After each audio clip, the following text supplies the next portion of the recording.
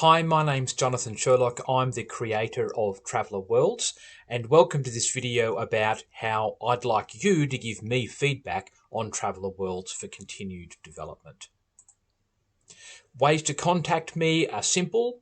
My preferred contact is by email. I watch my emails all the time, jonathan.a.sherlock@gmail.com. Or you can contact me at Citizens of the Imperium. My profile name is Ojno the Red. I prefer to be privately messaged rather than leaving messages on my user profile, simply because privately messaging me does ping me an email to go and have a look at the bulletin board. The first example I want to share with you is from a user from Citizens of the Imperium by the name of Spartan159, and the three things he raised here were really good for me. First of all, he raised a problem that was specific. So there's a pull-down menu, and he said changing that system didn't load the system. That was actually a problem with the protocol I was using. I was requiring you to press another button to load, but that's just not really the way that menus conventions work on the modern web. So I changed it to his way, and I think the result is more usable. The second bit was so specific. This obscure problem, why wasn't the correct star loading from the data onto TravellerWorlds? Really obscure bug, but because he could nail it down to a particular star system with a particular problem for me to look for, I could find a bug that was buried deep in my code, and I was really pleased to solve that one. The third one was again a change in convention in the design. The star system was loading, but it is nice to signal to the person using the website that the load has been successful. So now if you load a system, it does switch over to the system view so that you can see that the system has indeed loaded. Unfortunately, I haven't got around to investigating or implementing a right-click context menu. Who knows in time.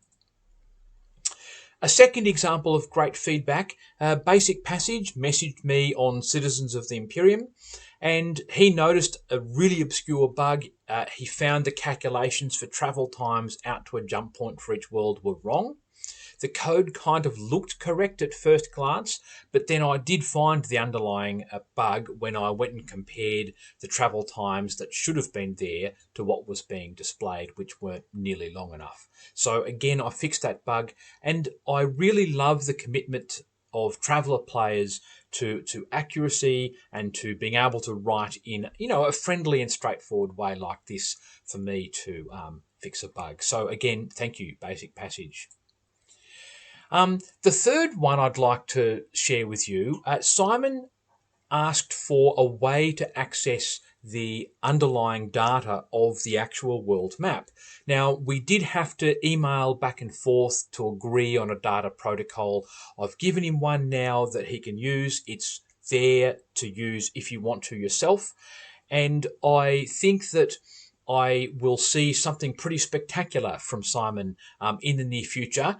I'm pretty sure he's an amateur like me, so don't rush us. It just when we get round to it. But hopefully we get 3D representations of worlds using some of the underlying T5 rules.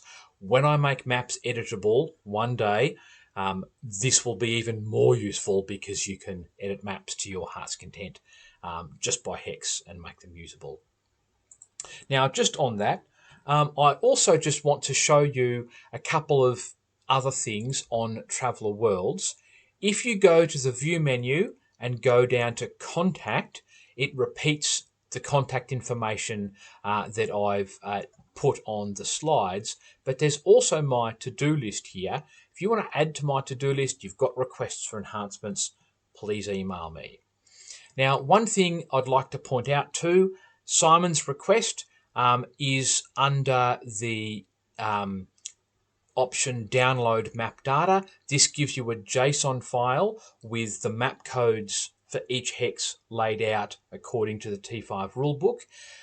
If you want more information on exactly how the data works, I have put in the Google Doc here exactly the protocols for the data and how it works. If you discover that I haven't, then email me. I might check after I make this video.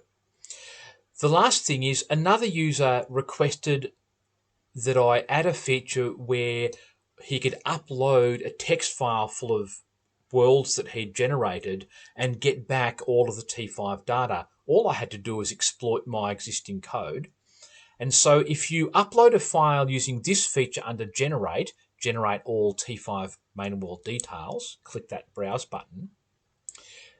As long as your text file is in this format, so the first two lines just say hex name UWP, the second line is just a bunch of dashes for decoration, and then for each world, the first 4 characters are the hex.